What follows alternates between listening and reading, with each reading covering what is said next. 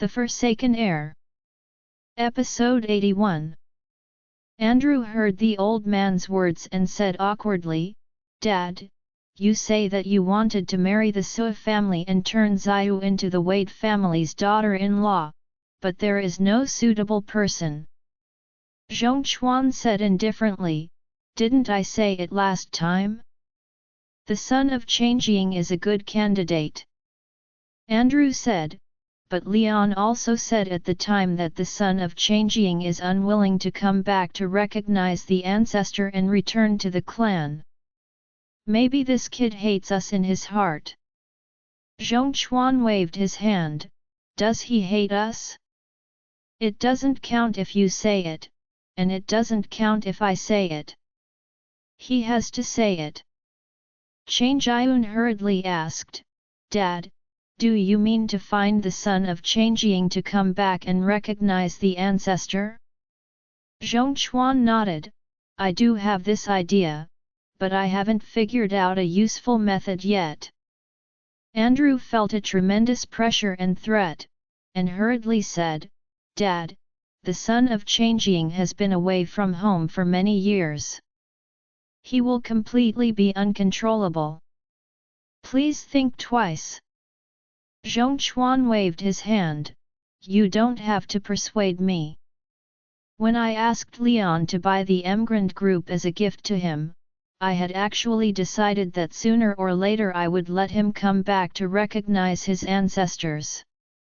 My family's descendants are not many. It's totally incomparable with the luxuriant branches of the Sui family, and we can't let such an adult male live out." Andrew held his breath in his heart, but still calmly asked, "Dad, what if the son of Changying is not willing to come back?" Zhongchuan said solemnly, "People change. If he doesn't want to come back today, maybe he will be willing tomorrow. If he still doesn't want to, 1 year, 2 years, 3 years, or even 10 years, I will change my mind and then he gets loose." Andrew, Changying, and the old Changying who hadn't spoken all the time scolded his mother in his heart. The most feared thing about family property is dilution. Whether it's 10,000 yuan, 1 trillion yuan, 1 person, 2 people, or 3 people, the result will be 1,000 miles away.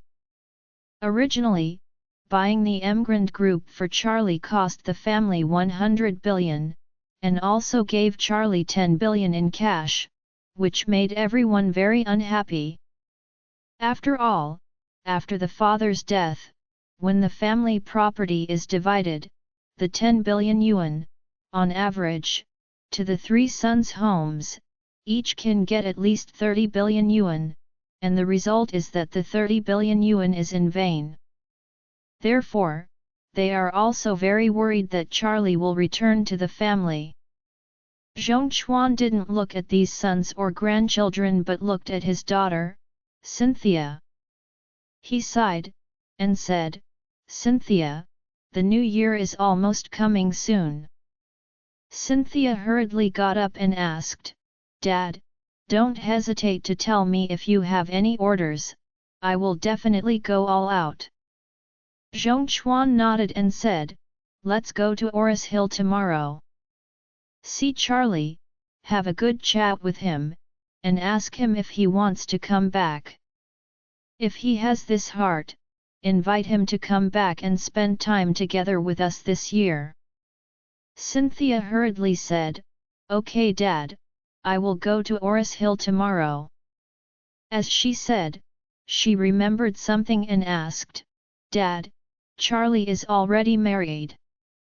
If he wants to come back, should he bring his wife to see you?" Zhongchuan waved his hand and said in disgust, "How can a vulgar woman from a third-rate city and a third-rate family be worthy of entering Wade family mansion? See you at a glance and see if there are any opportunities for development." "Okay." Cynthia nodded and said, "I'll go and test Charlie's ideas first. Let me mention these things to him step by step." Zhongchuan smiled with satisfaction.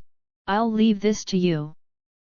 Andrew was extremely depressed, but he didn't dare to object, so he could only pull the topic back, and said, Dad, didn't we talk about going to Japan? You just said that you should not have a head-on conflict with the Sui family, so what do we do? Zhongchuan said, we can't go with a big fanfare, but I can send someone to meet Ito Yuahiko in private. Andrew was a little irritable, thinking about going to Tokyo on his own, and by the way, he should be relieved, so he volunteered, Dad, or I will fly to Tokyo in the morning, and see Ito Yuhiko. Zhongchuan nodded and said, I definitely want to see him, but you can't go. Andrew asked in surprise, Dad, what do you mean? Zhongchuan said, before the Sui family sent the younger generation of juniors, if the Wade family let you go, it would look asymmetrical, as if we are a bit lower than the Sui family. After that, Zhongchuan looked at Andrew's son and his eldest grandson, and said, Junior, you are ready to set off before 10 o'clock, and go to Tokyo after lunch. Grandson hurriedly got up and said respectfully, Okay Grandpa, I will prepare now. But Grandpa, I meet Ito Takehiko, how should I talk to him about the project? Zhongchuan waved his hand, you don't have to talk about anything related to the project. I will prepare some gifts, and you will take them with your own hands. It is just a little bit of my heart. Besides, I also want to make friends with him. Leave the contact information and you can come back. Grandson asked in surprise, It's that simple? Zhongchuan nodded and said, Yes, it's that simple. After speaking, Zhongchuan said again, Flying 2,000 kilometers to discuss cooperation is not sincere, but if it is flying 2,000 kilometers to visit a patient, it is very sincere. Andrew smiled and said, Dad, you're better off. The Sui family may have done it this time, our Wade family.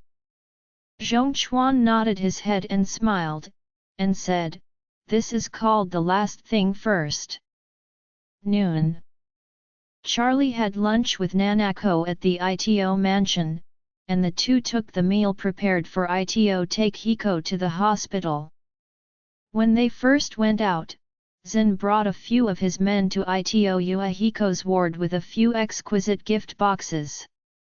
Ito Yuahiko didn't want to see them at first, but he also knew the truth about not hitting the smiley people with his hand, so Emmy invited them in. As soon as Zinn entered the door, he walked very politely to Ito Yuahiko's bed and sighed, Brother Ito. I have been admiring Brother Ito for a long time. I am honored to see you today. Seeing Zinn's harmless face, he felt a little hairy in his heart. The incident of the Sui family's destruction of Matsumoto's family really brought a great psychological shadow to Ito, and it also made him deeply aware that the man in front of him looked gentle and smiled, but in fact, he was a foodie. The devil who does not spit bones. However, Ito Yuhiko knows very well that for such a smiling tiger, the less he can offend him on the bright side, otherwise he still doesn't know what kind of trouble he will cause in the future. So, he also said with joy, Oh, Mr. Su. I didn't expect you to come to see me in person. I am really flattered. Please sit down, please sit down. Zinn nodded, sat on the chair by the hospital bed, smiled, and said, I'm so sorry to meet in this way. I've been busy recently, so I wanted the children to come and visit Mr. Ito first, and then I took time. I came to visit in person again. I didn't expect so many accidents. I would like to ask Mr. Ito to forgive me. I have to say that Zinn's acting skills are very good. If it wasn't for Takehiko who knew what kind of person he was, it would be easy to be deceived by his smiling and friendly appearance. Although disgusted in his heart, he still braced him and did a good job on the surface, so he smiled and said, "Mr. Su is too polite, you are coming to Japan, I was going to meet at the airport in person, and then arrange the hotel for you. Staying here, I didn't expect to encounter so many things." Zinn hurriedly said, "Where is it? Mr. Ito doesn't have to be so polite. The friendship between our Su family and the Ito family has a long history. We will definitely continue to strengthen cooperation and deepen our relationship in the future. Why should we be stuck with this little thing?" Seeing his hypocritical appearance, Ito wanted to vomit the breakfast in his stomach, but he could only nod his head and said in agreement, "Mr. Su is right. You really don't have to be too rigid." Zinn nodded in satisfaction, and said seriously, "Mr. Ito, although the things that happened in Tokyo in the past 2 days are chaotic and even hurt you seriously, I still have to say something about the facts. This series of things after the dust settles, the Ito family is the biggest winner." Takehiko knows what Zinn's words mean. He knows that in addition to explaining the facts, Zinn also wants to mention him. Now his family is fighting between snipes and clams, and the fisherman is profiting, and he is pushing his family to profit from it. He is Zinn. In other words, Zinn also reminded him, "Don't forget the help that Su family gave to you." However, Ito doesn't want to owe such favors casually. After all, the reason why the Ito family can survive this dispute is not really dependent on Zinn, but Charlie. Don't say that he didn't rely on Zinn. Zinn's son and daughter can survive, and he must thank Charlie. If Charlie hadn't saved Caifei and Ziyu, and Zinn guarded the corpses of a pair of children, it might not have been able to find out the real murderer. Therefore, Takehiko couldn't help but sighed, "Oh, Mr. Su, it is very dangerous for the Ito family to survive this time." As he said, he patted the roots of his thighs and sighed, "Look at my legs, they are completely abolished. If it wasn't for my loyal servant Tanaka who pushed me to jump off the viaduct, I would have been knifed. Hacked to death." In this remark, Takehiko actually explained a point to Zinn first. First of all, if he can survive, it has nothing to do with your Su family. Immediately afterwards, Takehiko said again, "And my daughter, she also suffered a ninja ambush in Kyoto, and was fortunate to be saved by a master, so she was spared. Otherwise, I would really want a white-haired person to send a black-haired person."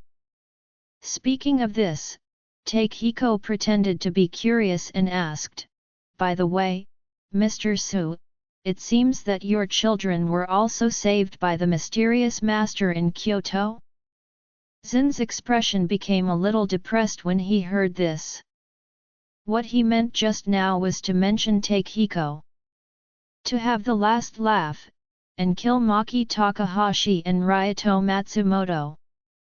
More than half of the credit is due to that master's help. Unexpectedly, the old fox, Takehiko Ito, came directly to say something like this.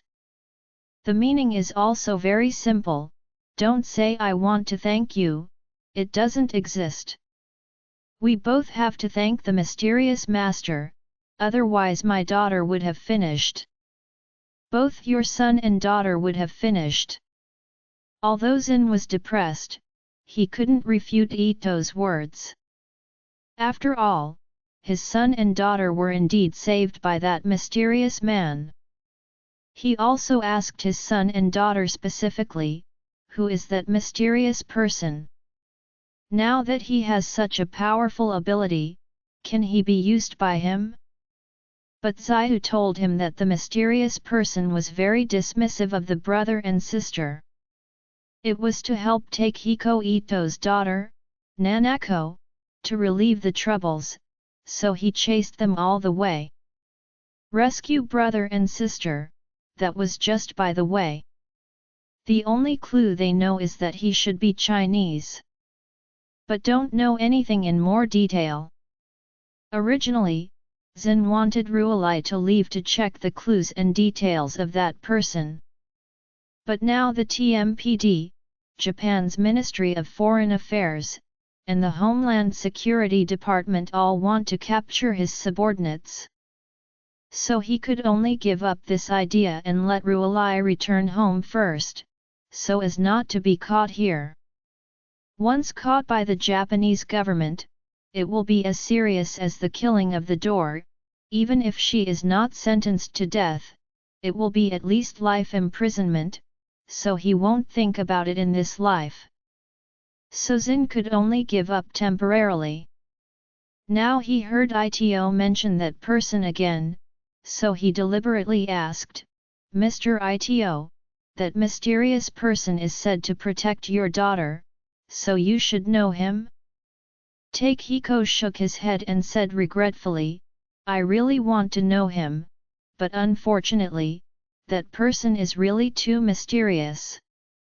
I asked my daughter, but my daughter didn't know, otherwise, I really want to take him. For my own use.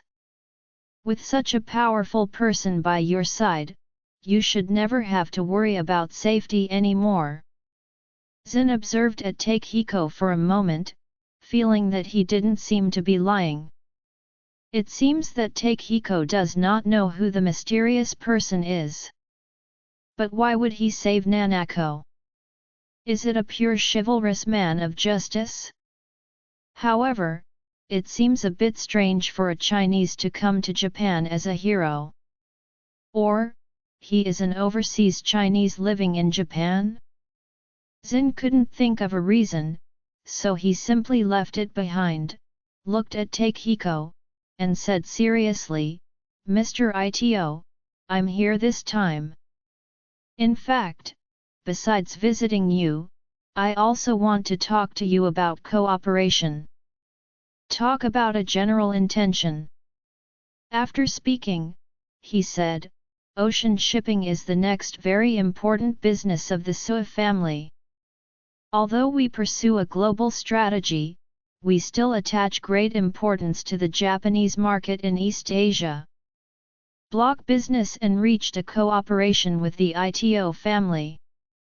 Don't know what Mr. Ito wants? Take Hiko Ito nodded and said seriously, the Ito family has always wanted to reach a cooperation with the Sui family on this business. I also talked to your son and daughter 2 days ago. When Zinn heard this, his eyebrows showed a bit of joy, and he thought to himself, it seems that cooperation with the Ito family can be a matter of course.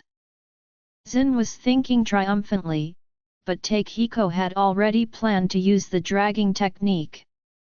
Seeing him, he changed the conversation and said apologetically, but Mr. Su, you can see my current physical condition. The doctor said that I have to stay under observation in the hospital for at least half a month. Moreover, even if I leave the hospital, I will have to rest for a few months when I go home. For the time being, I may not have much energy to focus on business operations. Therefore, whether or not this cooperation should be carried out or how it should be carried out, it may take a while to give you a clear answer. Zinn frowned when he heard this. He was naturally not satisfied with Ito's plan. However, he also knows that Takehiko has just amputated his limbs. To put it ugly, the blood scabs on the wounds are still fresh. At this time, it is indeed unrealistic for him to immediately push such large cooperation forward. Moreover, Ito's daughter seems to be very young, about the same age as his daughter Ziyu. In this case, it is really difficult for him to draw conclusions immediately and move forward. So, Zinn said seriously, Mr. Ito really needs to take a good rest during this time. As for the specific cooperation matters, when you are discharged from the hospital, I will come again. Then I will visit the mansion and talk about the details of the cooperation. How is it? Takehiko Ito nodded readily and smiled. When the lower body recovers, if Mr. So comes to Tokyo, he must have a good banquet here. Zinn smiled slightly, and said, then I'll bother Mr. Ito. He said, by the way, Mr. Ito, I have one more thing to remind you of friendship. Takehiko hurriedly said, Mr. Su, please say it. Zinn said, as far as I know, the Wade family of East Cliff also wants to follow our pace and take the development route of ocean shipping. If I am not wrong, they should also want to contact you here and talk about project cooperation. After a pause, Zinn said, however, the strength of the Wade family is far worse than ours, so I suggest that Mr. Ito doesn't have to consider them, as long as he concentrates on raising his body and waits for the body to recover, then talk to the Sua family. Comprehensive cooperation must be the best choice. Takehiko Ito nodded and smiled, and said, to not hide from Mr. Su, I have a certain understanding of the Wade family. Their ocean shipping business hasn't started at all. It's just that the Su's family has improved, so they are trying to catch up. It is really difficult for them to become a big game, so in my mind, the Su family is ranked the highest priority. Zinn said with great satisfaction, Mr. Ito really has eyes like a torch. The Wade family just wants to follow a wave of wind, but they don't have any resources at all in this field. Let alone cooperate with the Ito family, even it is China's domestic port resources, and we will suppress it without a stand. Takehiko smiled and said, Mr. Su, don't worry, I will never cooperate with the Wade family.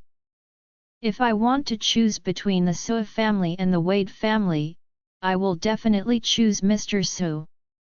Zinn laughed. Oh, Mr. Ito, with your words, I can go back to China with confidence. Takehiko asked, when does Mr. Su want to return to China? Zinn said, just these 2 days, mainly because private planes are restricted from taking off from Tokyo. I wait here for 2 days. If the takeoff permit is not open within 2 days, then I will buy a ticket and take a civil aviation flight back. Takehiko Ito nodded and said with emotion, as far as I know, Mr. Su's previous handwriting was too big, and the Tokyo authorities did have some criticism.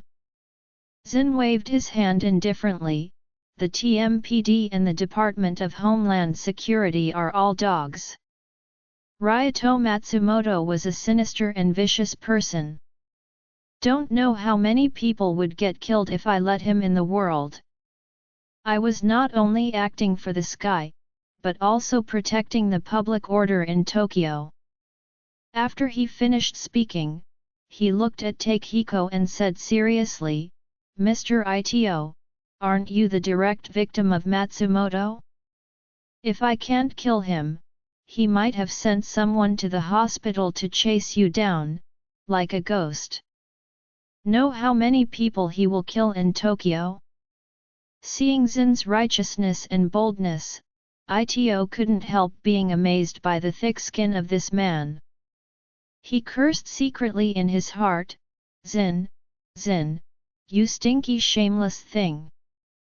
You killed Matsumoto, kill Matsumoto's right-hand man, and even kill his younger brother.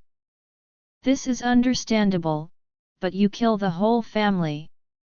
Young and old, not sparing one, what is this? The saying that it's not good for your wife and children is still what your Chinese ancestors said. How come you are here, and even the basic morals and justice are ignored? Now what you mean by this? Were you destroying Matsumoto's family, or were you protecting me in disguise? Do I have to thank you for killing Matsumoto's family? What a fraudulent logic!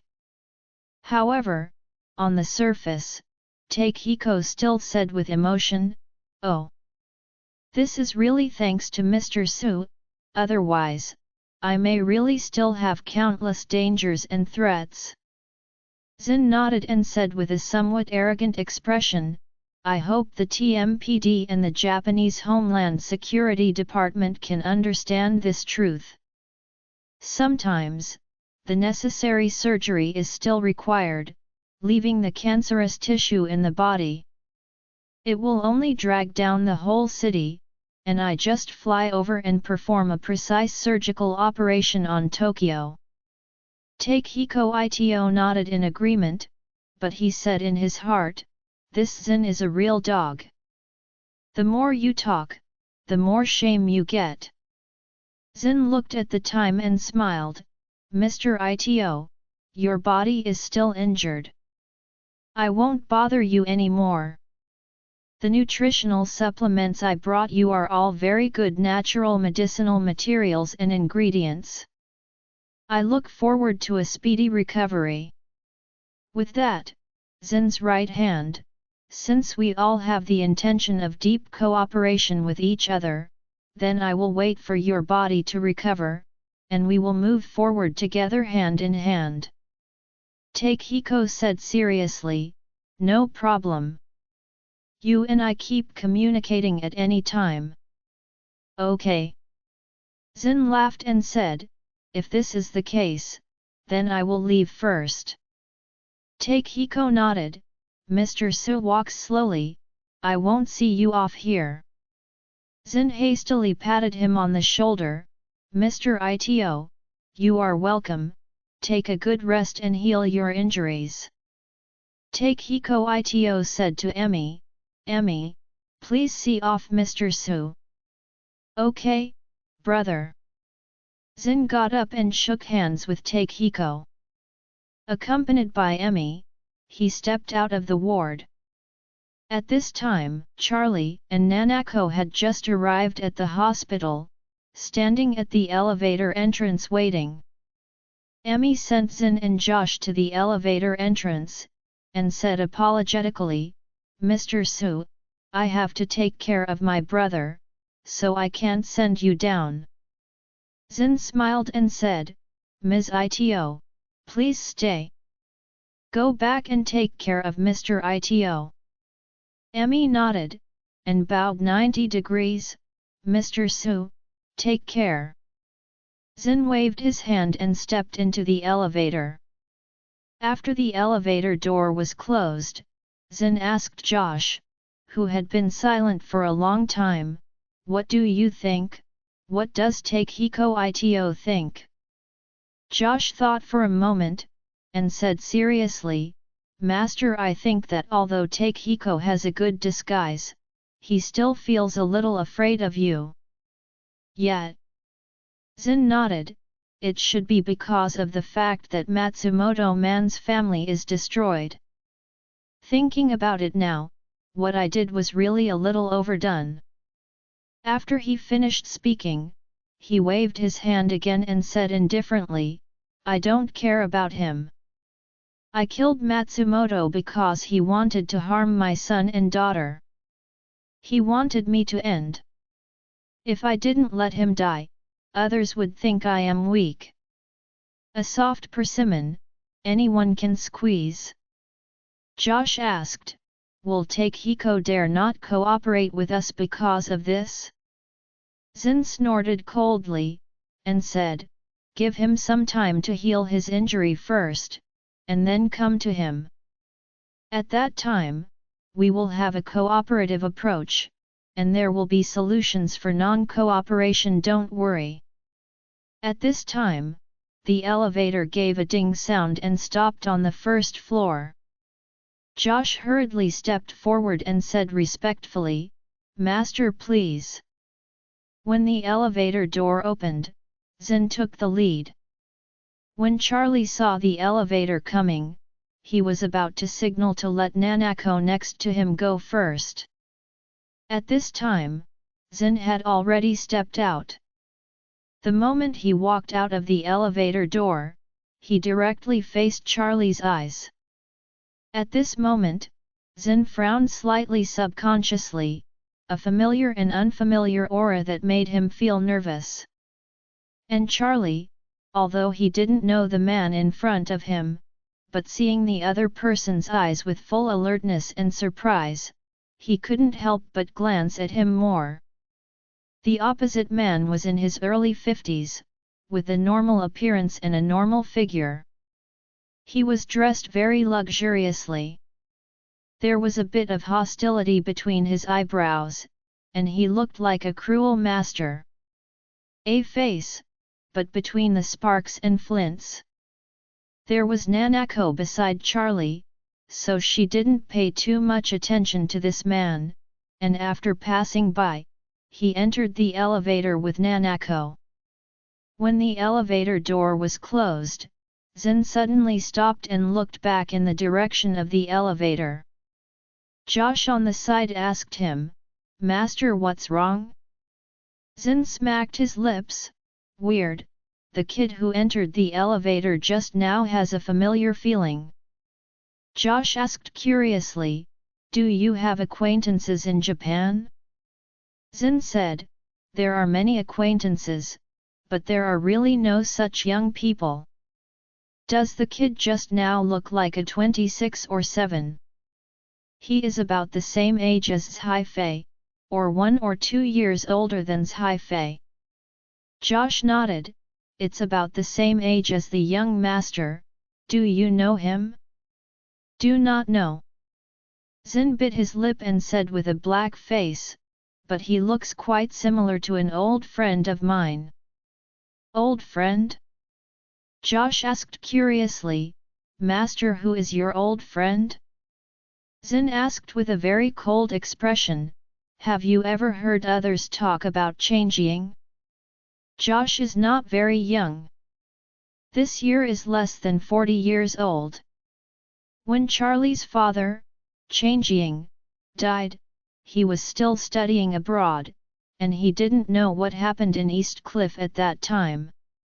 Therefore, he couldn't help asking, Master, is the Changying you said belongs to the Wade family?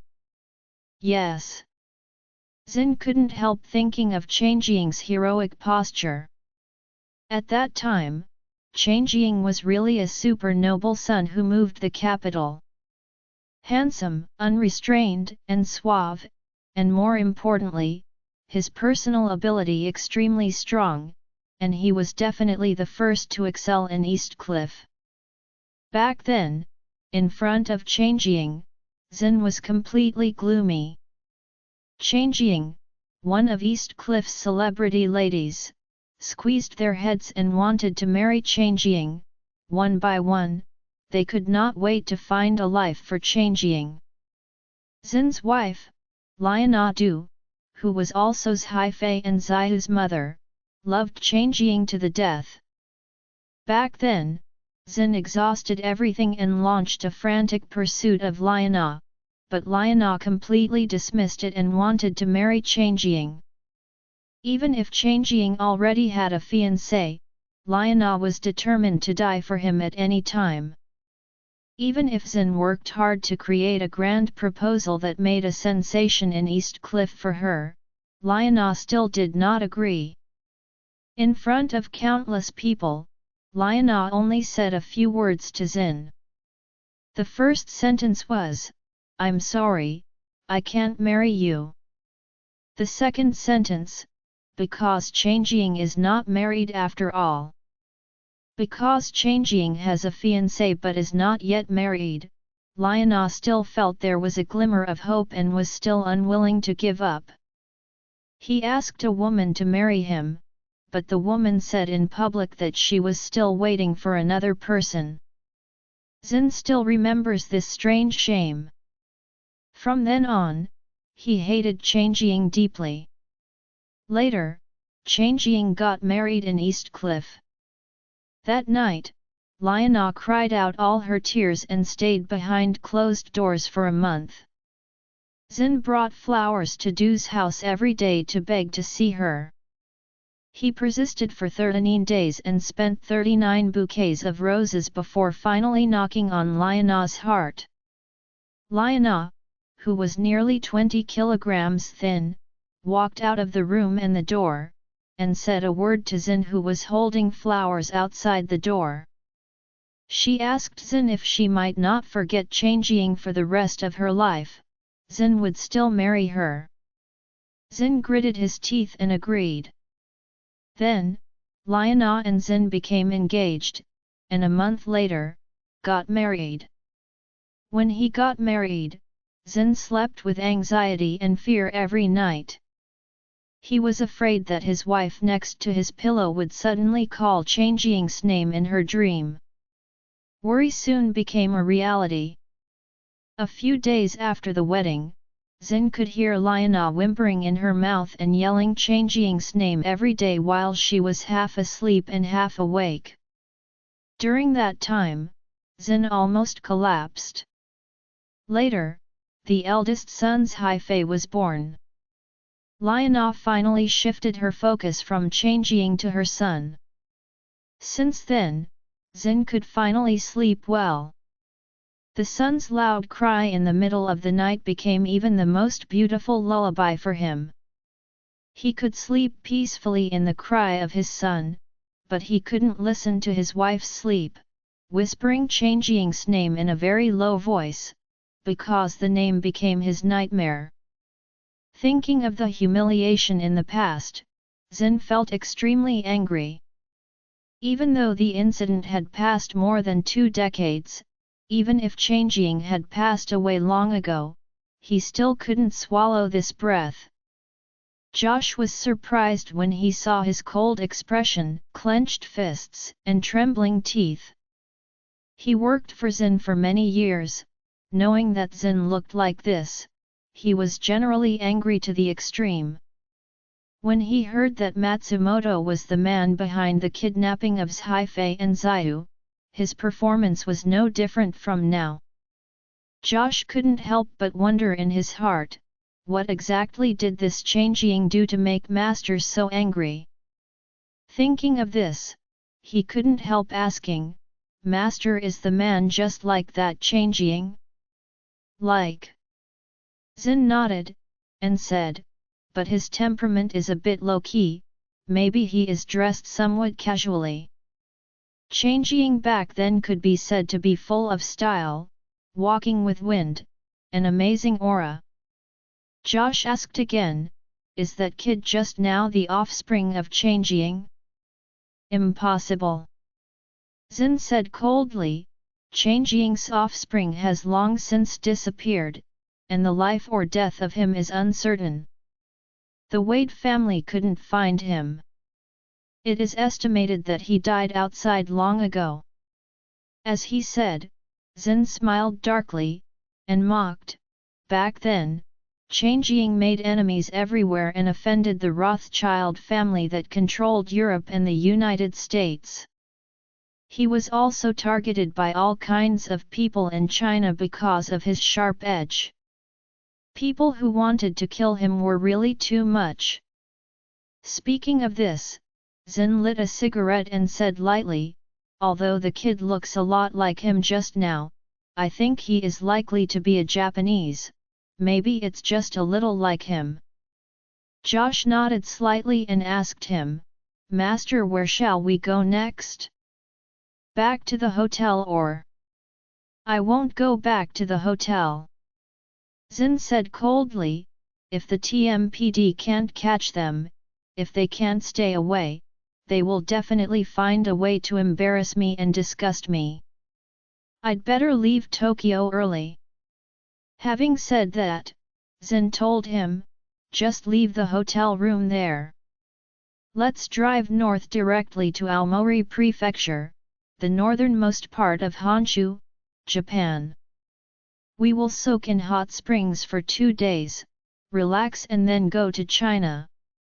When he took the elevator upstairs, Charlie was still thinking about the man he met when he got out of the elevator just now. He was sure that he didn't know the person. Why did that person look hostile when he saw him? He originally thought that the opponent would also be a hidden master, and he saw that he was extraordinary. But after thinking about it, he felt that something was wrong, because that man didn't have the aura of a strong man. From the perspective of his own strength, he should be an ordinary person. However, he didn't think too much. After getting out of the elevator, Nanako took him to the ward where Takehiko was. At this time, Takehiko was scolding his mother in the hospital bed. He said to Emmy, "This guy's in with a honey sword. Staying with this kind of person for a second makes me feel uncomfortable." Emmy nodded and said, that Zinn really feels insidious, and the more friendly he smiles, the more chilling his back, especially when he thinks of what he did to the Matsumoto family in his head. I feel cold all over. Charlie, who had just entered the door, blurted out and asked loudly, that man just now was Zinn from the Sui family. Both Takehiko and Emmy were shocked, and they realized that Charlie and Nanako had already entered. So, Takehiko asked curiously, "Does Mr. Zinn also know Zinn?" Charlie frowned, and even his voice became colder. "The man who just got down from the elevator is Zinn." Ito said, "Don't know who you met in the elevator, but Zinn did just leave." When Charlie heard this, he turned around and ran out. Zinn, the initiator and leader of the Anti-Wade Alliance. When Charlie thought of this, hatred surged all over his body. He just wanted to chase out, even if it was to kill Zinn's bodyguard and entourage in broad daylight. He still had to catch and ask him why he wanted to target his parents. Then let him have a taste, and kill him on the street. It's a pity that when Charlie chased him out, there was no shadow of Zinn anywhere in front of the hospital. Zinn was already in the car and headed to Aomori Prefecture. Charlie couldn't help but beat his chest and feet at the entrance of the hospital. Since the death of his parents, this is the closest moment to his enemy. However, he failed to recognize the other party. This is really annoying to him. The Wade family and the Sui family had always had a bad relationship, so even when Charlie was young, he had never seen Zinn very much. In addition, the Sui family and the Wade family are themselves top families, and they never appear on various wealth lists, and the media never report them, so Charlie doesn't even know Zinn's appearance.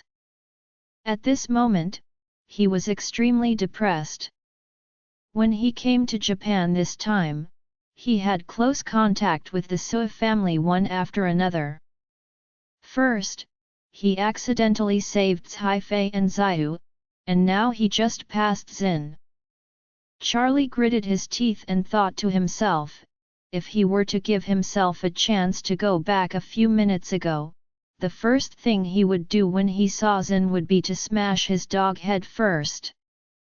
It's a pity that even if he has great abilities, it is impossible to turn back time. Therefore, he can only hope for the next time. At the same time, he swears from the bottom of his heart, Zinn, if I have the opportunity to come face to face with you again, I will definitely not let you go." When Charlie returned to the ward, Takehiko asked him with a look of surprise, "Mr. Charlie, do you know Zinn? Or is there any relationship? Why are you so sensitive to him?" Emmy and Nanako also looked at Charlie suspiciously, looking forward to his answer. Seeing this, Charlie laughed at himself, and said angrily, "You forgot?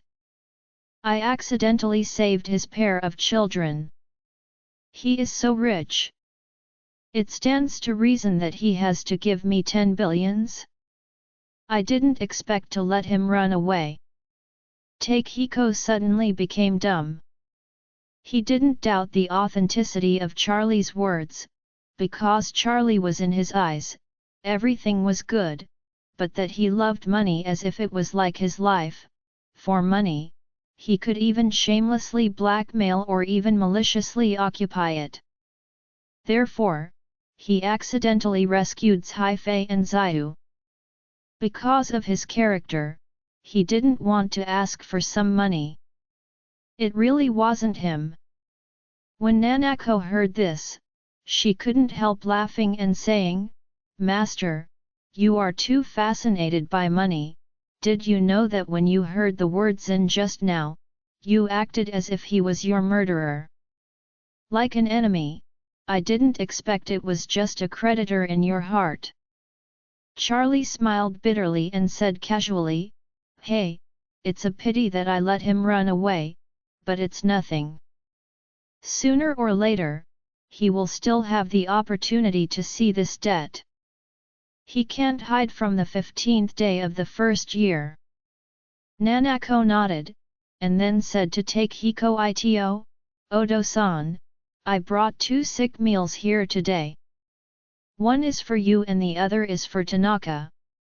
Can I visit him?" Takehiko nodded and said, "Tanaka is in the next ward. Go and have a look." Nanako turned her head to look at Charlie. "Master, are you going to see him?" Charlie's impression of Tanaka was pretty good. He was indeed a rare servant, so he nodded and said, "Okay, let's go and take a look." At this time, Tanaka was lying on the upper half of the ward next door and reading. Seeing Nanako and Charlie coming in, he hurriedly put down his book and said respectfully, "Hello, miss. Hello, Mr. Wade."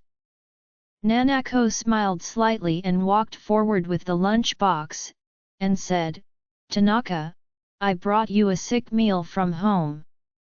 The chef at home made it specially. You can eat it while it is hot."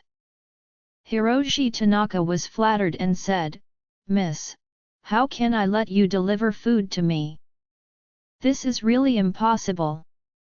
Nanako said very religiously, "Tanaka, you saved the life of my father. I am very grateful. A meal is nothing but a little bit of thoughts."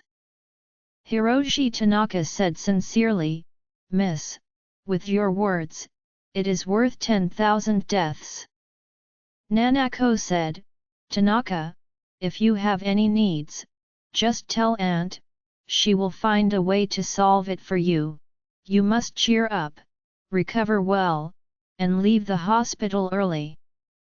Hiroshi Tanaka nodded again and again, and said gratefully, "I know, miss, thank you for your concern." After speaking, he asked tentatively, "I took a wheelchair and went to the president's ward in the morning. I heard the president said that Mr. Charlie cured your injury?" Nanako nodded and said, "Master Wade not only healed my injury, but also saved my life." Tanaka looked at Charlie and thanked him, "Mr. Charlie, it is, thank you so much." Charlie felt somewhat upset because he was rubbing shoulders with Zinn and missing opportunities for revenge. Seeing Tanaka talking to him, he couldn't help but said in a perfunctory tone, "You're welcome." Hiroshi Tanaka asked in surprise, "Is there anything Mr. Charlie is unhappy about?" Nanako smiled charmingly and said, "He just missed $10 billion and is sulking." Charlie just smiled slightly at Nanako and didn't explain much. After chatting with Tanaka Hiroshi for a while, Nanako said to him apologetically, "Tanaka, Master Wade is going back to Orus Hill tonight. I have to accompany him to buy some things. I will leave first and see you at night."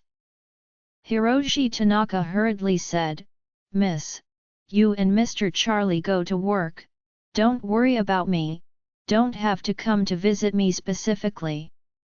It is too much trouble for you." Nanako smiled and said, "It's not troublesome. We have known each other for so many years, so why are you so polite?" Hiroshi Tanaka nodded gratefully, then looked at Charlie, and said seriously, "Mr. Charlie, I will not be able to see you off when you return home tonight. I wish you a safe journey." Charlie smiled slightly, "Thank you Tanaka, we have a chance to see you again." "Okay Mr. Charlie, see you if I have a chance." Leaving Tanaka's ward, Nanako accompanied Charlie to Ginza, Tokyo. It's been a few days since he came to Japan. This is the first time he has come out to go shopping. Because when he went to East Cliff last time, he bought a set of Hermes for his wife Claire, so this time Charlie skipped the luxury goods of luggage. He strolled around in the jewelry area and found a heart-shaped diamond ring from Tiffany's. The main diamond of this diamond ring has a net weight of 3 carats. The purity is very high, not very large, but it is very exquisite, and the heart-shaped cut is also very beautiful, which makes him look very fond of it at a glance. Recalling that from the time of marriage to the present, he had not given Claire a real wedding ring, so Charlie planned to buy this diamond ring and give it to her. He consulted the clerk and learned that the price of this ring was about 800,000 converted into RMB, which was not expensive. So he was going to buy this ring. Nanako couldn't hide her envy and asked, "Master bought this ring for your wife, right?" "Yes." Charlie nodded and said, "She has been with me for so many years, and I haven't given her a ring yet." Nanako sighed and said, "Master Wade is so kind to his wife." Charlie smiled slightly and was about to say something modest. Tiffany's salesperson said very politely, "Sir, may I ask how big your wife's ring finger is?" This question stopped Charlie from asking. "How big is the ring finger? I really don't know this." The salesman explained, "If you don't know the size of the ring, it will be more troublesome to buy a large or small one. So I suggest you call your wife and determine the size of the ring. We will help you directly adjust to the most suitable state." Charlie hesitated slightly. He wanted to give Claire a surprise. If he calls her and asked her now, wouldn't the surprise be gone? Just thinking about it, Nanako whispered from the side, "Master Wade, look at my hand, how bad is it compared to your wife?" With that, Nanako opened her hands, spreading her fingers in front of Charlie. Charlie took a closer look, and said in surprise, "Nanako, it feels like your hand is similar to my wife's finger. Please help me try it." Nanako nodded without hesitation. The salesman handed the ring to Charlie and said, "Sir, please let this lady help you try it out." Charlie didn't think too much. He picked up the ring with one hand, and gently dragged Nanako's right wrist with the other, carefully putting the ring on her ring finger. At this moment, Nanako felt dreamlike and drunk. Although she knew very well that she was only helping Charlie's wife to try the ring, but when she thought that this was Charlie wearing a diamond ring on her ring finger, she was so excited that she couldn't add anything. She said to herself in her mind, "If this is a dream, then I wish I could sleep here and never wake up again." The moment the ring passed through the knuckles of her ring finger and put it on her hand, Nanako's eyes were filled with tears.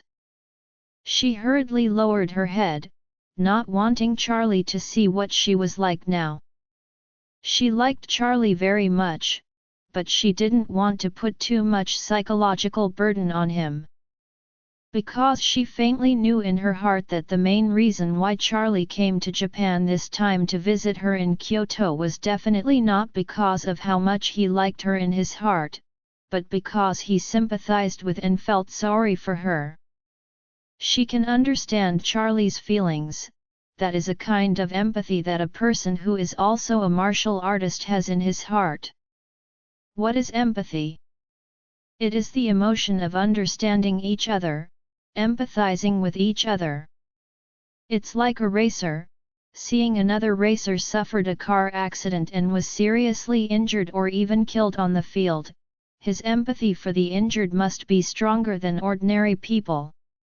In the same way, if a soldier sees his comrades in arms, or those who are with the same soldier, injured or disabled in battle, this kind of empathy will surely develop in his heart. Charlie must be feeling the same to her. Seeing that she didn't listen to persuasion, was seriously injured in the game, or even was pulled directly from the field by an ambulance, he must have sympathized with her more. In addition, he had a way to heal her, so when he came to Japan this time, he took time to go to Kyoto to see her, save her, and heal her injuries. Therefore, Nanako knew very well that although Charlie was very good to her, most of them should be sympathy born out of empathy. For a girl who is obsessed with him, the last thing she wants is the sympathy of the other party. In fact, apart from love, any other emotions are not what she wants. At this moment, Charlie couldn't see Nanako's expression. His attention was focused on her fingers. Seeing that the ring Nanako was wearing slightly larger, he gently took it off again. "Yes." The salesperson said, "I'm sorry, but the trouble is a little bit smaller." "Okay, sir." The salesman took the ring and began to readjust the ring. At this time, Nanako felt a strong sense of loss. Although he knew it a long time ago, that ring would leave after just staying on my finger. But when the ring was really taken off by Charlie, her heart hurt like a knife.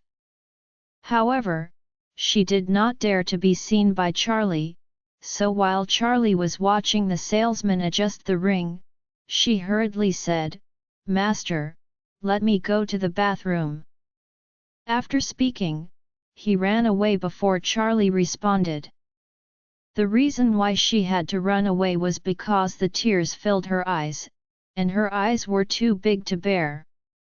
She didn't want Charlie to see that she was crying at this time. Because she didn't want to affect Charlie's concentrated mood. She had never thought of affecting Charlie's life and Charlie's marriage. After all, Charlie has given her too much kindness. She turned to leave, silently in her heart.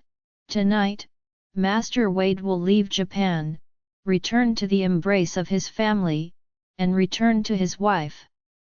In the future, don't know what year and month you will come back again. The next few hours will be the last few hours I will be with Master Wade. I must control my emotions and don't add any psychological burden to him." When Nanako returned from the bathroom, there were no traces of tears on her face, but her eyes were slightly red. She deliberately bashed her face with cold water, so it seemed a lot more natural. Back in the store, Nanako took the initiative to smile and asked Charlie, "Master, have you adjusted it? Do you want me to try again?" Charlie smiled and nodded, "Trouble you?" Nanako smiled softly, "Master Wade doesn't have to be so polite." As she said, she stretched out her right hand again and said grinning, "Come on. Try again." Charlie didn't think much, picked up the adjusted ring and put it on the ring finger of her right hand again. This time, the size of the shank has become very suitable, it is not tight or loose on her hand, it looks almost natural. Nanako couldn't help changing the direction of her right hand, and under the light, carefully observed this diamond ring, which was not expensive. Although this ring is not as gorgeous as the tens of millions of rings in the hands of ladies and beauties, it has its unique charm. Simple, atmospheric, beautiful, and touching. Charlie looked at the ring on Nanako, and also liked it as he watched it. He knew that his wife didn't pursue those luxurious jewels, and this ring happened to match her calm temperament. Thinking of this, he couldn't help but turn his attention from the ring to Nanako's face. To be honest, if you say that it is as quiet as still water, Claire may be able to achieve 80 or even 90 points, but Nanako is absolutely 100 points. So in other words, it seems that this ring is more in line with the temperament of Nanako. But Charlie didn't think too much about this issue. Nanako wore this ring, and observed it with joy and melancholy for a long time, only then reluctantly took it off and handed it to Charlie. She said, "Master, if appropriate, let the salesman help you wrap it." Yes. Charlie saw that the ring was indeed suitable, so he smiled and said to the salesperson, "Hello, please help me wrap this ring." "Okay, sir." The salesperson is also very happy. Although Tiffany is also a well-known brand, the price of most diamond rings is actually in the range of $10,000 to $20,000. In fact, very few people will buy rings with more than $20,000. Sometimes it may not be possible for a long time to sell one. Like Charlie's choice, the equivalent of a ring with a price of more than $100,000 generally can sell such a limited number of rings a year. Therefore, she regarded Charlie as a distinguished VIP customer, so she helped him pack the ring very carefully, and said to him, "Sir, if you have no other needs, please follow me to the cashier to check out." Charlie said, "No hurry, I want to see the bracelet." The ring is a token of love between lovers, so when he bought this ring for his wife, he naturally couldn't buy the same thing for his mother-in-law. Therefore, Charlie planned to show Elaine a bracelet. The price would not be too high, equivalent to 200,000 or 300,000, which would be great. 200,000 or 300,000 bracelets were enough for Elaine to make her happily unable to sleep. The salesperson heard that Charlie wanted to buy a bracelet, and immediately said, "Sir, wait a moment, I will let the person in charge of the bracelet area show you and recommend a few styles for you." In their store, each salesperson has his own exclusive counter, and this salesperson is responsible for the diamond ring, so the bracelet needs other people to provide shopping guide services for Charlie. Charlie readily agreed. Soon, the salesman called another girl and said to her, "This VIP wants to see the bracelet. Can you recommend one for him?" The girl knew that Charlie was an elite, and immediately said with a big smile, "Sir, Please come with me. Nanako hurriedly asked him, Master, do you still need me to try the bracelet for you? Charlie smiled and said, I plan to buy the bracelet for mother-in-law. She is a bit fat, so I don't need to trouble you. Nanako smiled and said, then Master will take a look for himself. I want to see the ring, can I? Charlie nodded, of course you can. Look first. I'll go over there to see the bracelet. Nanako smiled sweetly, okay. When Charlie went to the bracelet area, Nanako whispered to the girl who sold the ring, excuse me, is the ring I tried just now in stock? The salesperson nodded lightly and said, yes, we have 3 rings of this model in our store. We sold 2, and now there is 1 left. Do you want it now? Nanako was overjoyed, and whispered, it is not convenient for me to pay now. Can you keep it quietly for me? I will ask someone to come over and help me pay the bill later, and then please help me adjust the ring to the size? The salesperson said politely, Madam, no problem, please tell me your name.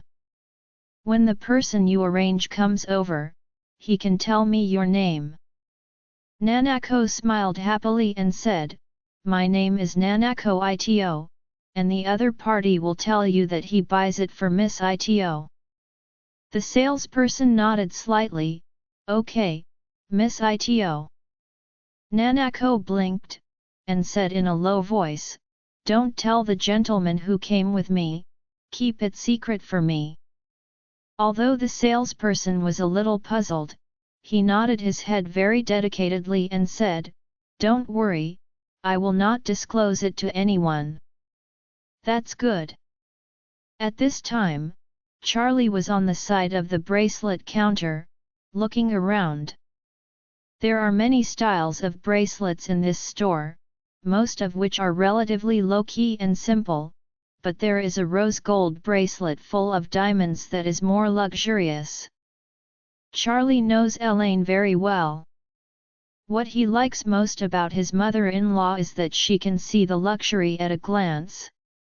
Things that are golden, full of diamonds, and sparkling at a glance, will definitely be able to win her taste. And don't look at the diamonds, but because they are relatively small diamonds, the price is not high. The bracelet that Charlie chose for his mother-in-law was actually about 250,000 equivalent. Although it was not cheap, it was just drizzle to him. After he chose, he asked the salesperson to pack the bracelet and pay the money together with the ring. At this time, Nanako had already set up the ring with the previous sales, and then sent a message to ask an assistant of her family to help over and pay.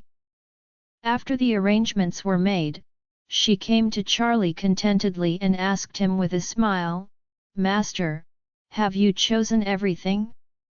Charlie nodded, the money has been paid. Hey, Nanako, why are you so happy? Charlie could also see that Nanako's condition at this time seemed to be much better than before, and she seemed to be happier. Nanako stuck out her tongue playfully and blinked and said, this is a secret. I can't tell Master Wade, otherwise Master will definitely laugh at me. Charlie smiled slightly, how can it be? Nanako said shyly, I am too shy to tell you. Charlie shrugged helplessly, since you don't want to say, then I won't ask. After leaving Tiffany, Nanako accompanied Charlie again, walking around the major shops in Ginza. In order to show less favoritism, Charlie bought a high-end boss suit for his old man Jacob. Jacob now mixes with the Calligraphy and Painting Association every day, and has become the number 2 figure in the entire Calligraphy and Painting Association. It can be said that he has a lot of face.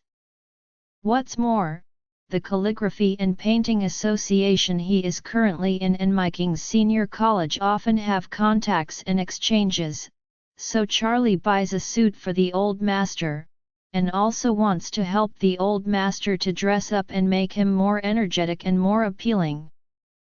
In addition, Charlie bought some other small accessories and small objects piecemeal. At 3:30 in the afternoon, there are about 2 hours before Charlie's flight to Osaka takes off. Considering that Tokyo Airport is far from the city, Charlie said to Nanako, "Nanako, the time is almost here. I have to go. It's time to go to the airport." Nanako said without hesitation, "Master, I'll take you there." Charlie said, "I have to drive over and leave the car at the airport. If you follow me, what will you do? How you will come back?" "It doesn't matter." Nanako blurted out, "I can ask someone to drive to the airport to pick me up." "Don't worry about it, Master." Charlie asked subconsciously, "Too much trouble for you, right?" "No, no." Nanako said with a pleading expression, "Master, Nanako wants to take you to the airport, and even wants to take you to Osaka and take you back to Orus Hill, but the situation at home is very special now, it is really not suitable for me to get out. So I asked Master to give me a chance to take you to the airport." Hearing this, Charlie couldn't help feeling a little moved, so he said, "Then we two will drive to the airport together, and you should also call your family and arrange for them to send a car to the airport to pick you up." "Yeah." Nanako nodded and said happily, "Master doesn't have to worry, I will arrange it." "Fine then." When Charlie heard this, he didn't insist anymore. The two of them got in the car and drove to Tokyo Airport. This way was Charlie's first journey back. On the way, Nanako was worried. She had been sneaking at Charlie next to her, feeling extremely reluctant to him in her heart. As early as in Orus Hill, she had a passion for Charlie. And when she met him again in Japan, she fell in love with him completely. After separating from Charlie this time, she didn't know if she still has a chance to meet him again. Because she could feel in her heart that Charlie has lifted the burden of her heart. She is a very smart girl. She could see that the reason why Charlie came to Japan must be because of her injury, so he had a sympathy for her in his heart. And he happened to have the medicine that could cure her, so he took that medicine and came to Kyoto to find and cure her. At this moment, she was lonely deep in her heart and thought to herself, "My injury has been healed. It is estimated that Master will be able to relieve me in the future." Thinking of this, Nanako felt very sad. In her heart, she was willing to give up some and stay with him forever. But she also knew in her heart that this was unrealistic. When Nanako's thoughts were flying, Charlie had already driven the car to the airport. After he parked the car in the airport parking lot, he got out with Nanako. Then, instead of leaving in a hurry, he bent down and put the car key on top of the front tire of the car. Nanako asked in surprise, "Master, what are you doing?" Charlie smiled and said, "I leave the key here for my friend, otherwise the key will have to follow me back to China." Nanako asked suspiciously, "Can't it get stolen this way? If someone finds out, can I just drive away?" Charlie smiled and said, "It is impossible for other people to see it here.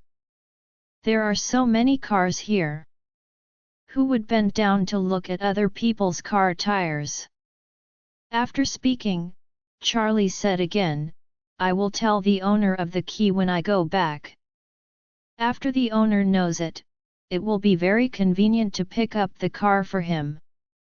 Nanako smiled and nodded, and said, Master is smart. I might never think of such a method for a lifetime. Charlie smiled and said, Actually, I mainly want to save some money, otherwise the mailing fee is quite high if I wait until I return to China and then send it to him. Nanako suddenly laughed and said, Master, in your case, you definitely won't be short of money. My father alone has contributed $4.5 billion to you, your JX Pharmaceuticals is developing rapidly, so why to save money so much? Charlie smiled slightly, it's not saving money, it's about how to live a life. We won't save a point for what should be spent, and we won't waste a point for what shouldn't be spent. Nanako nodded earnestly, Thank you Wade, Nanako is taught. Charlie smiled and said, I am not a good teacher, I just express my own little opinions, which are some very crude personal opinions. Nanako said sincerely, although the reason is simple and obvious, I have never considered this. If I was in my previous status, it would not matter if I spent more money or wasted a bit, but now my father wants me to take over ITO Co., Limited. In the future, I must change my previously unconceptual attitude towards money. Only like Master Wade can I make the family business bigger and stronger. Seeing Nanako's serious look, Charlie smiled helplessly, and said, I believe ITO Co., Limited will become stronger and stronger in your hands. Nanako nodded gently, Thank you Master Wade for your blessing, I hope I can live up to expectations. Charlie looked at her, smiled encouragingly, and then said, Okay, time is almost up, I have to go through the registration procedures, how do you go back? Nanako said, I asked the family assistant to drive me to pick me up.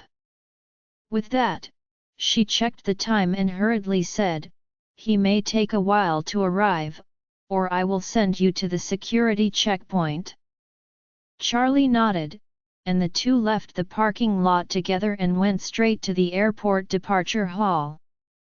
At this moment, a woman with a delicate face and delicate features, but with a bit of heroism and coldness, walked into the airport departure hall. This woman is about 175 centimeters tall and has slender legs. She was wearing a black tight leather jacket, black stretch leather pants, and black high-top leather boots. Her long black hair is tied into a bunch of ponytails and hung to her waist.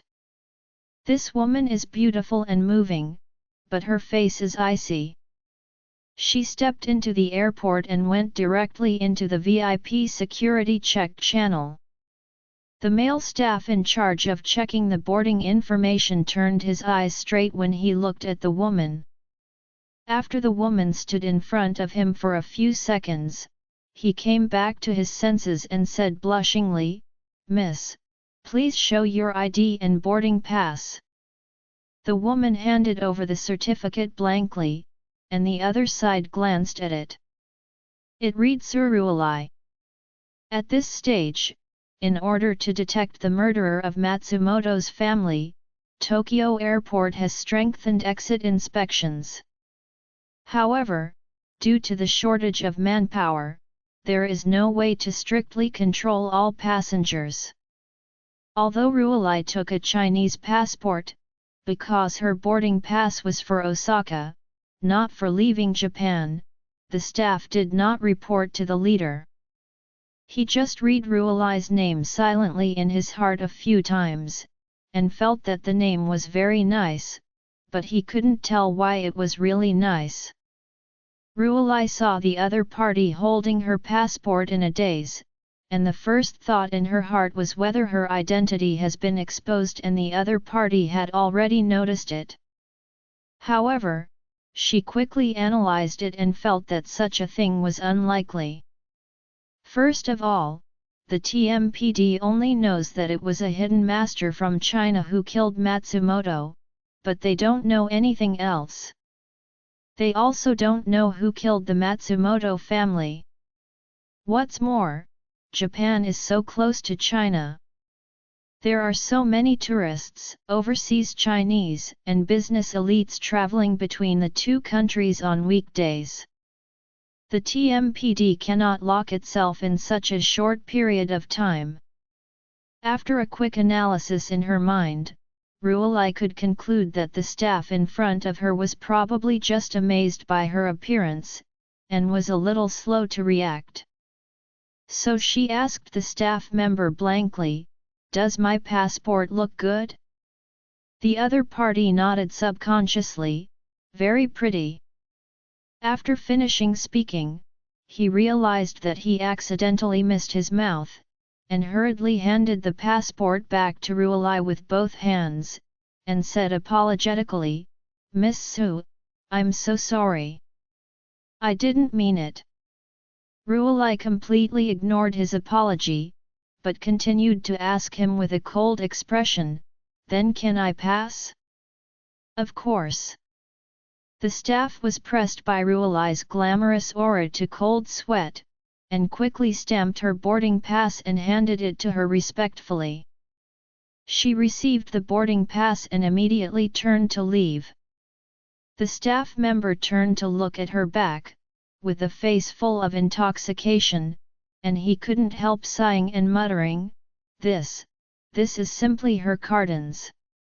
Aura, apart from TV shows and anime, I have never seen a woman with such a strong aura." Although the staff member was thinking of Ruolai, Ruolai had completely forgotten him and came to the security inspection machine. This time, all masters of the Sui family broke up, unable to leave the country, so everyone dispersed, and as tourists, they bought ordinary flight tickets and flew to Osaka. Ruolai chose the 5.40 flight. After the flight arrives in Osaka, she will take the private jet temporarily seconded from Zhonghai to return home with other Su's subordinates. At this moment, Charlie also came to the VIP security check channel. Before entering the security checkpoint, he turned sideways and said to Nanako next to him, "Nanako, you have taken so hard to send me so far. I'm going through the security check. You should go back now." Nanako nodded reluctantly, and said seriously, "I wish you a good journey, master, and remember to report me peace after landing." "Okay." Charlie smiled slightly, and said, "Take care of yourself too." Nanako said with red eyes, "Thank you, master, for your concern, I will definitely." Charlie nodded and couldn't help but sigh softly. With this sigh, there was reluctance, but also a relief. What is reluctant is that Nanako is indeed a rare good girl. It can be said that apart from nationality, there is nothing wrong with it. If they say goodbye today, it will be difficult for the two to see each other again in the future, so Charlie will naturally feel reluctant. As for letting go, it was mainly because he came to Japan this time and he has removed the thorn in his heart. That thorn is Nanako. In the beginning, Nanako insisted on competing with Aoxu. As for Aoxu, it was because of his rejuvenation pills that her strength improved by leaps. In the end, Aoxu severely injured Nanako in the ring. This was a thorn in Charlie's heart. On the one hand, he felt sorry for Nanako, and on the other hand, he admired her character of never giving up and favoring competition over backing off. In addition, he also felt ashamed of Nanako to a certain extent. Because it was his hand that pushed Aoxu from a level far below Nanako to a position far surpassing her. Now, he cured her, so he dilute the distress, he saved her life and made her strength improved by leaps and bounds, so that guilt is also played down. At this point, the distress and guilt have been washed away, and the rest is more of an appreciation for Nanako. Therefore, Charlie smiled at her knowingly, revealing a row of white teeth. If this is the case, then I will go first. Okay. Nanako nodded heavily, feeling extremely sad, but still smiling and said sweetly, Master, I wish you good luck, peace, and health. Charlie didn't expect that Nanako would say the words wishing him. He startled slightly, and immediately clasped a fist to her with a serious face, and said loudly, Thank you Miss Nanako, we will have some time later. After speaking, he took a deep look at Nanako again, turned around and entered the security checkpoint. At the moment Charlie turned around, Nanako's tears burst. She looked at Charlie's back, tears flowed like rain. She wanted to call him so that he could look back so that she could take a closer look at him. However, she was afraid that when she stopped him, when he sees her face full of tears, he would think a lot, would misunderstand, and think that she deliberately wanted him to see him letting go of all the disguise. Therefore, she resisted the urge to call him, just wanted to stand here, watch him disappear into that door, and then turned and left. At this moment, Charlie couldn't help it suddenly, and subconsciously looked back at her. Just a glance made Charlie's whole body as if struck by lightning, and stayed for a while. He wanted to turn his head, and beckoned to her courteously. But he didn't expect it. Looking back, Nanako, who was still smiling just now, was already crying into tears. At this moment, Charlie felt that the softest part of his heart seemed to have suffered a shock. This kind of feeling, in general, only needs one word, that is, distressed. Nanako didn't expect that Charlie would even look back at her again. At this moment, as the eldest lady of the Ito family, as the Yamato Nadeshiko who had undergone traditional Japanese education since childhood, she finally completely lost all self-control ability. At this moment, she lost all her sanity and ran towards him crying, rushed straight into his arms and hugged him tightly. Before Charlie came back to his senses, she gently stood on tiptoe and offered her first kiss on her own initiative. Those thin lips that were a little salty and cold because of her tears, kissed Charlie's lips without hesitation.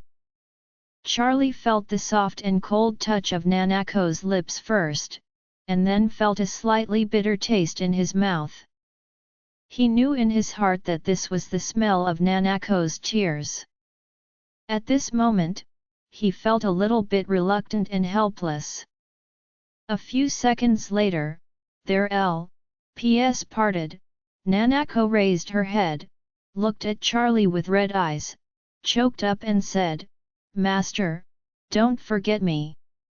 Charlie nodded earnestly, Don't worry, I definitely won't. Nanako said solemnly, If there is anything that needs my help in the future, you must tell me Master. Charlie nodded, Okay, so do you. Nanako broke her tears into a smile, Then Master, let's go, if you get off the plane again, you won't be able to catch. Charlie looked at her and said softly, Nanako, there will be a period later. Well, Master will come later. Charlie turned around this time, and did not look back. He didn't want to be like just now. When he looked back, he saw a tearful Nanako. So, simply put your mind away and stepped into the security check channel. The surrounding passengers, seeing the beautiful and charming Nanako, covered their face with their hands at the security checkpoint. Their eyes were crying, and they looked at Charlie's figure without blinking until they disappeared, and their hearts were quite moved. At this moment, most men envied the man who had just disappeared from the security check. How can that guy have such a beautiful woman watching him cry with such infatuation? The point is, he never looked back. This is too much. If it were me, I must turn around to save that woman and tell her I will never leave. Nanako turned a deaf ear to everything in her body. After Charlie disappeared for a long time, she was still immersed in the feelings that had nowhere to rest. Until her cell phone rang. The phone connected, and a woman's voice came, "Miss, I have arrived at the gate of the airport, where are you?" Nanako wiped away her tears hurriedly, and said, "Wait a moment, I'll be there soon." After speaking, she hurriedly looked into the security checkpoint again, and after making sure that Charlie could not be seen, she turned and left the airport reluctantly. Outside the airport at this time, 3 black Rolls-Royces were already waiting side by side. As soon as Nanako walked out of the airport gate, the co-pilot of the Rolls-Royce in the middle walked down a young woman. The woman respectfully greeted her, "Miss is here." Nanako nodded, and before she got to the front, a man opened the back door for her. After Nanako got into the car, she closed the door and returned to the co-pilot. After getting in the car, Nanako couldn't help but asked her, "Kawana, did you buy the ring I wanted for me?" "I got it." The woman called Kawana, whose full name is Hisui Kawana, is a senior assistant of the Ito family. At this time, she immediately handed over a beautiful Tiffany jewelry box from the co-pilot. Nanako took the jewelry box excitedly, and carefully unpacked it. When she opened the box, she found that in the jewelry box, lying quietly, the same ring that was exactly the same as the diamond ring that Charlie had tried on her fingers.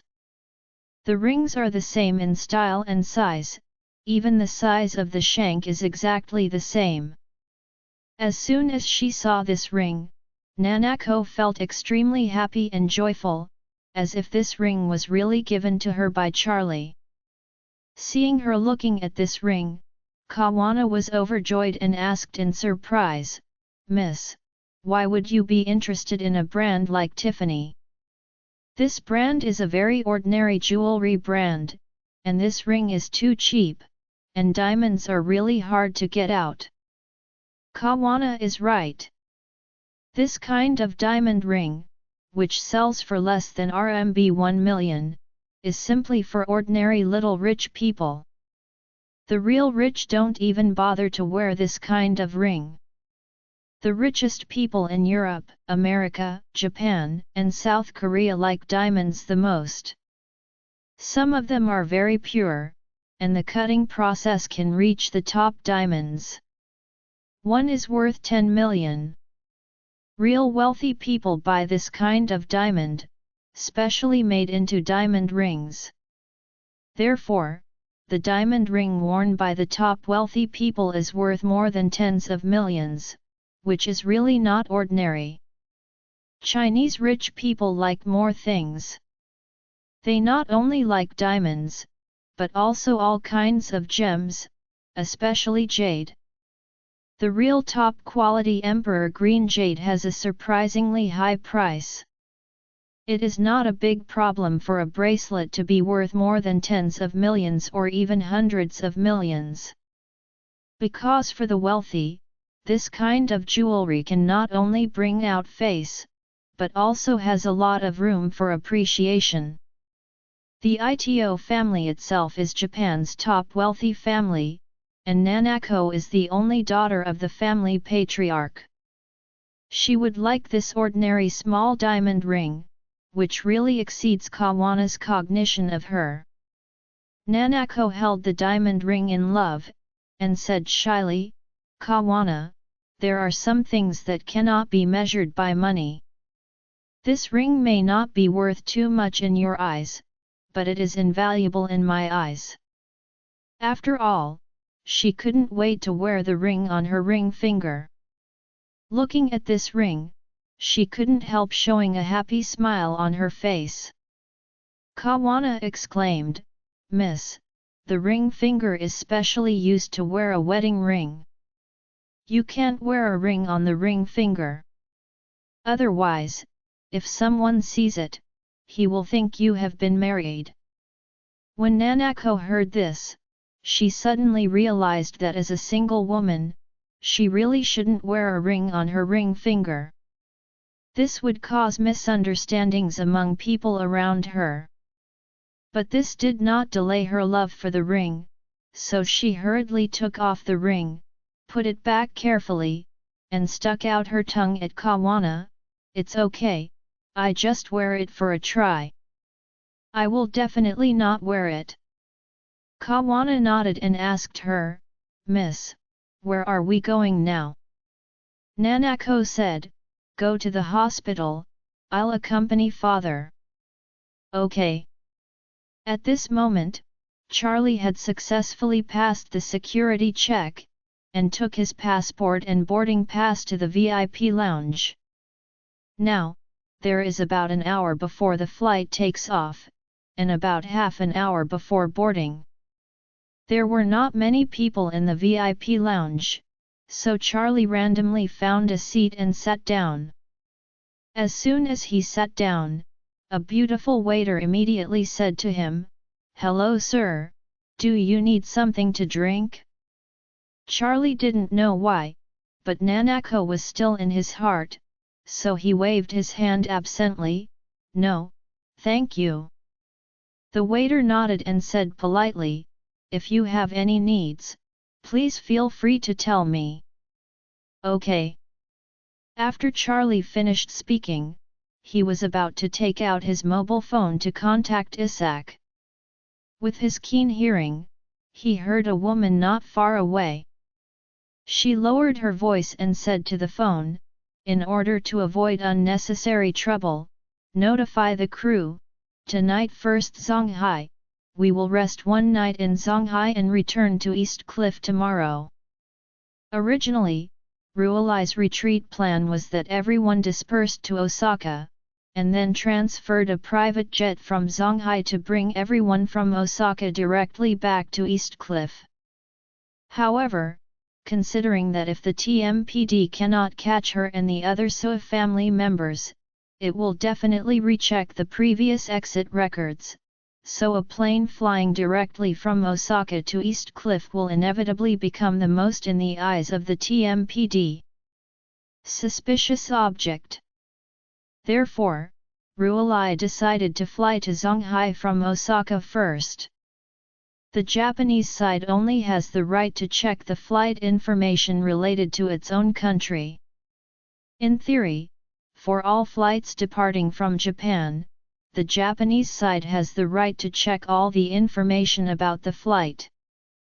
But if you arrive at Zhonghai and then fly directly from Zhonghai to East Cliff, then this is a completely domestic flight and has nothing to do with Japan. In this way, the Japanese clues are also broken.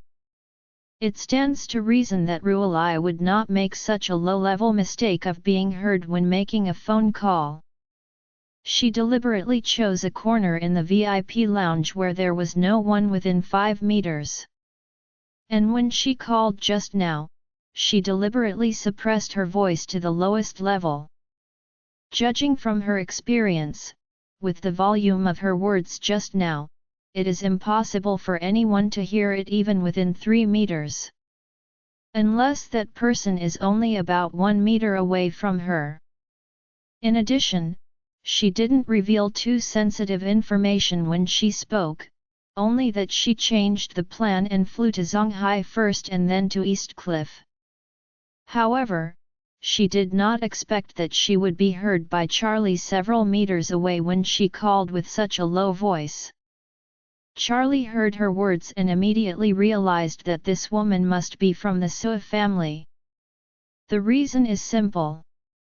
The reason why the entire Tokyo implements strict exit control is that the Sui family destroyed Matsumoto's affairs. At this time, those who are deliberately thinking about leaving Japan and deliberately conceal their whereabouts are most likely from the Sui family. What's more, this woman said on the phone just now that she must fly to Zhonghai before returning to East Cliff. This proves that her destination is actually East Cliff. East Cliff happened to be the base camp of the Sui family, so this woman must have worked for the Sui family.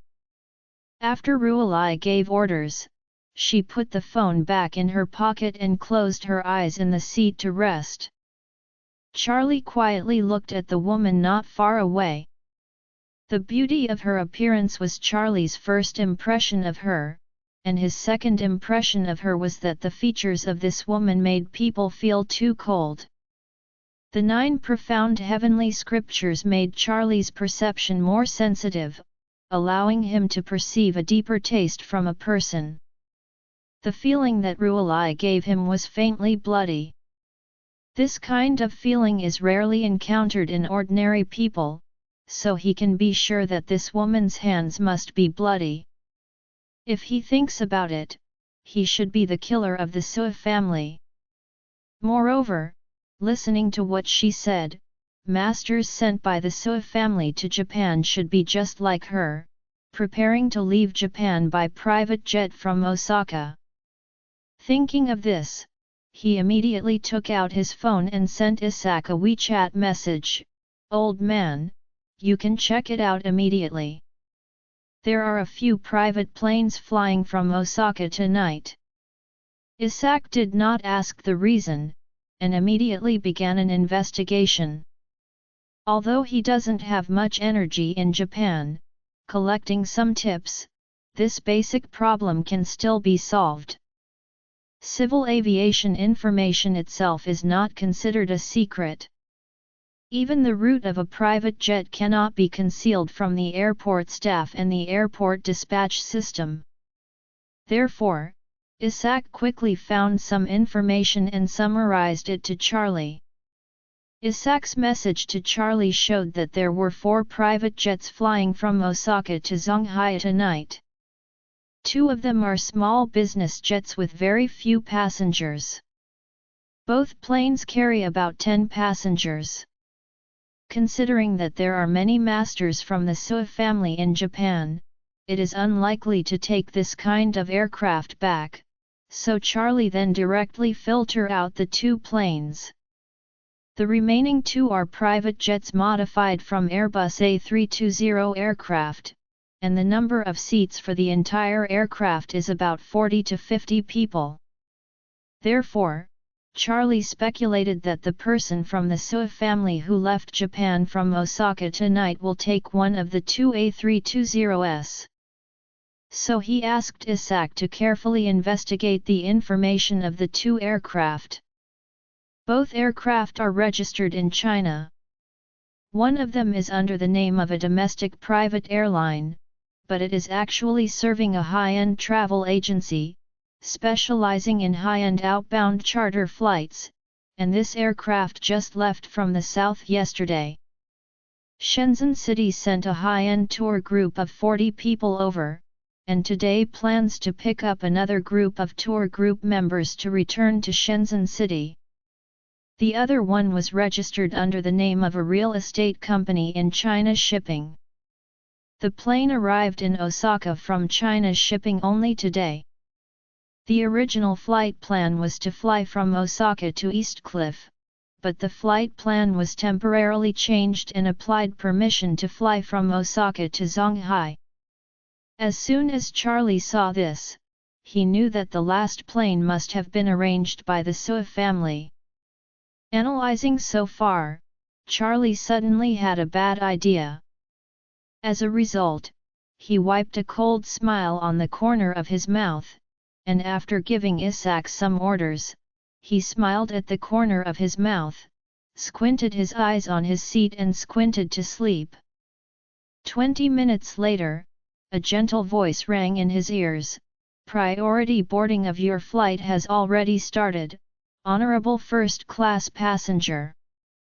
If you want to board the flight early, please go to the boarding gate."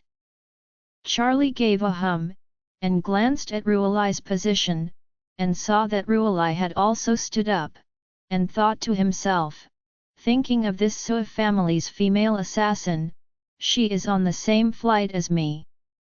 Afterwards, he stretched his waist and took his small suitcase, before Ruolai stepped out of the VIP lounge. Charlie came all the way to the boarding gate, and after showing his boarding pass, he gave priority to boarding from the VIP lane before all economy class passengers boarded the plane.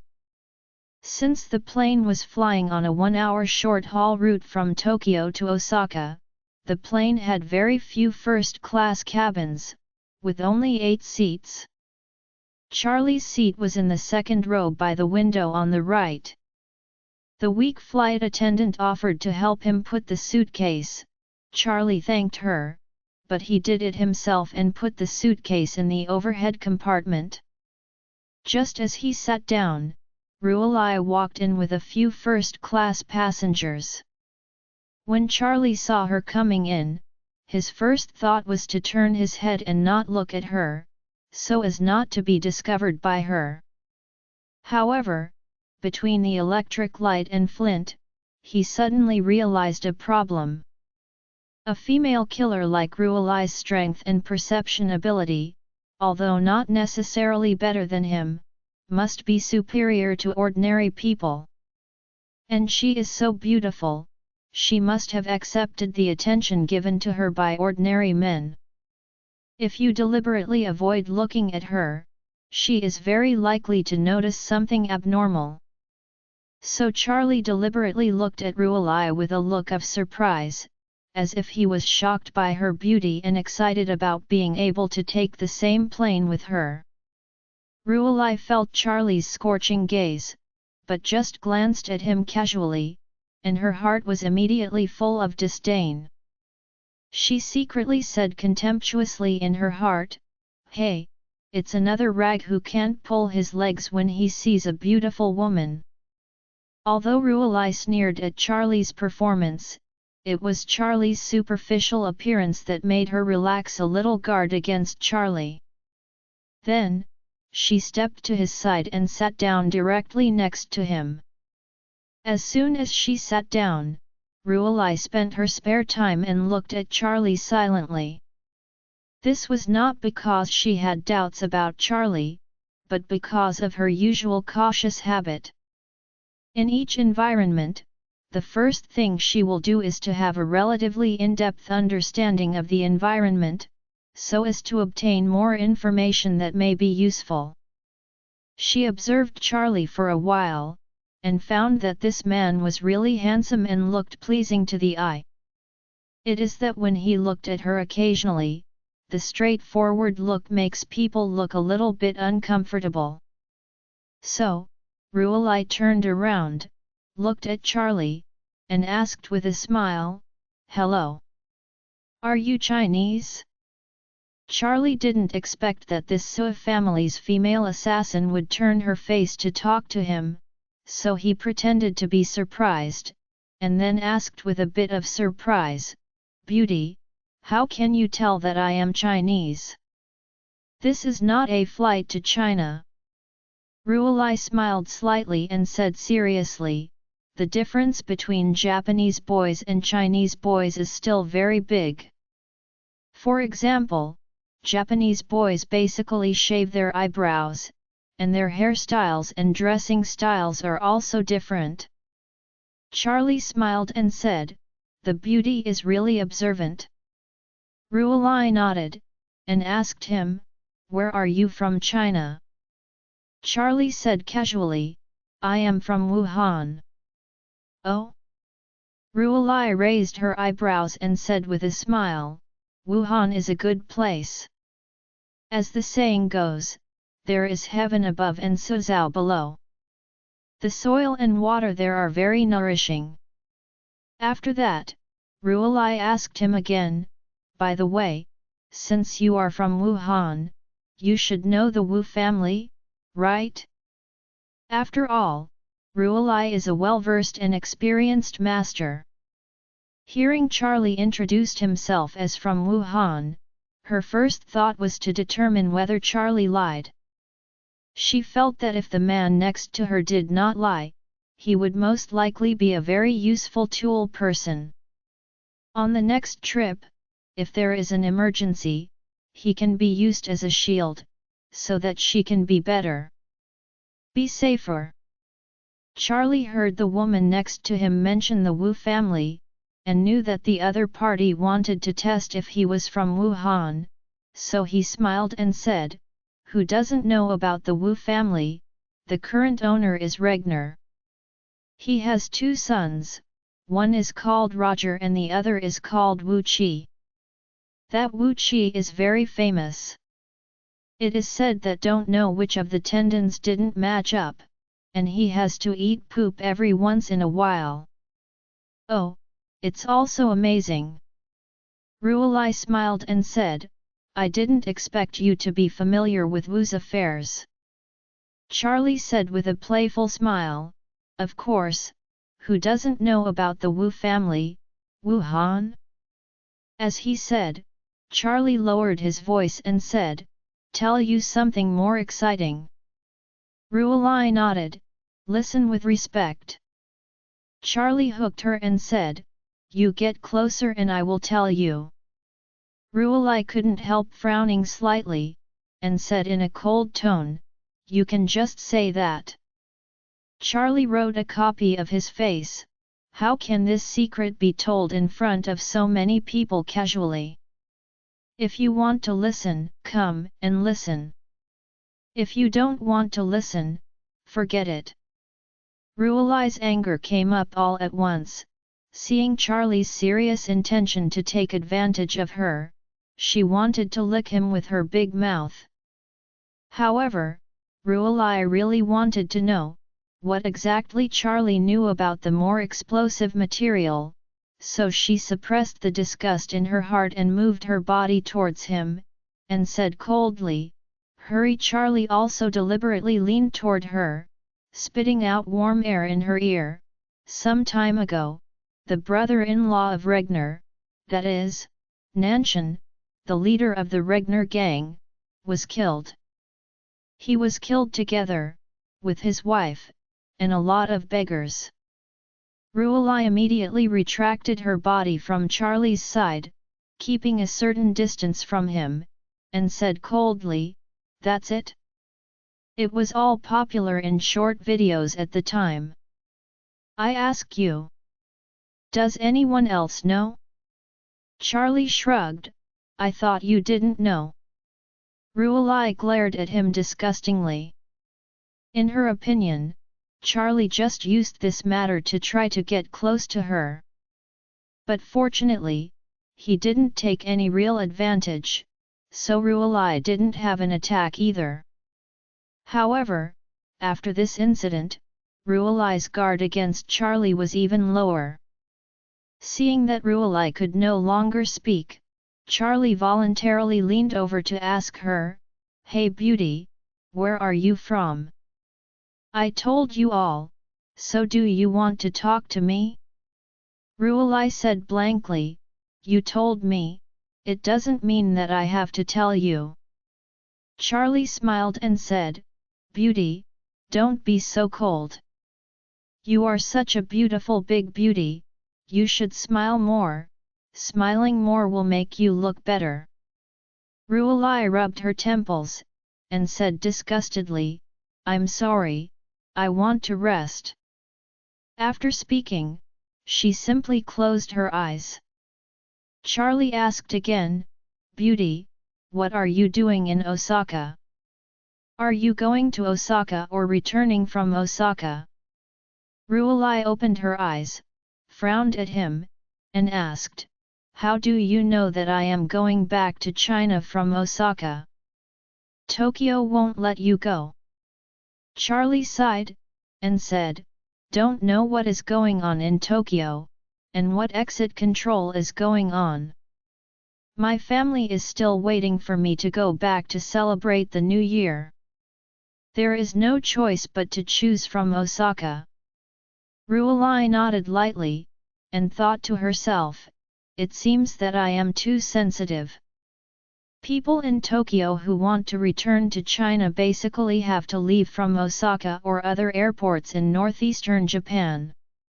It's normal to return home from Osaka. Therefore, she also completely lost interest in chatting with Charlie, and said, okay, I'll take a nap for a while, if nothing is wrong, don't chat with me. Charlie didn't shut his mouth wisely, but continued to ask, by the way, Beauty, I listened to your accent, it looks like an East Cliff person. As soon as Ruelai's brows stretched out, she quickly frowned, denying, I am not from East Cliff, I am from Zhonghai. Currently, Japan restricts exits and conducts investigations on all foreign tourists. Among them, the most important thing is tourists from China's East Cliff native place, so Ruelai was cautious and described herself as a Chinese citizen. Charlie said in surprise at this time, oh, beautiful, you're boring. Everyone is Chinese. It's fate to meet on a Japanese plane. You don't need to chat with your compatriots and hide it, right? Your accent, as soon as I heard it was from East Cliff, the people of Zhonghai are not talking like you. Ruelai was about to be annoyed by Charlie. She is now more and more sure that Charlie has nothing wrong with her, nor is there any danger. He is just a bit sloppy, a bit wretched, and a bit too much nonsense.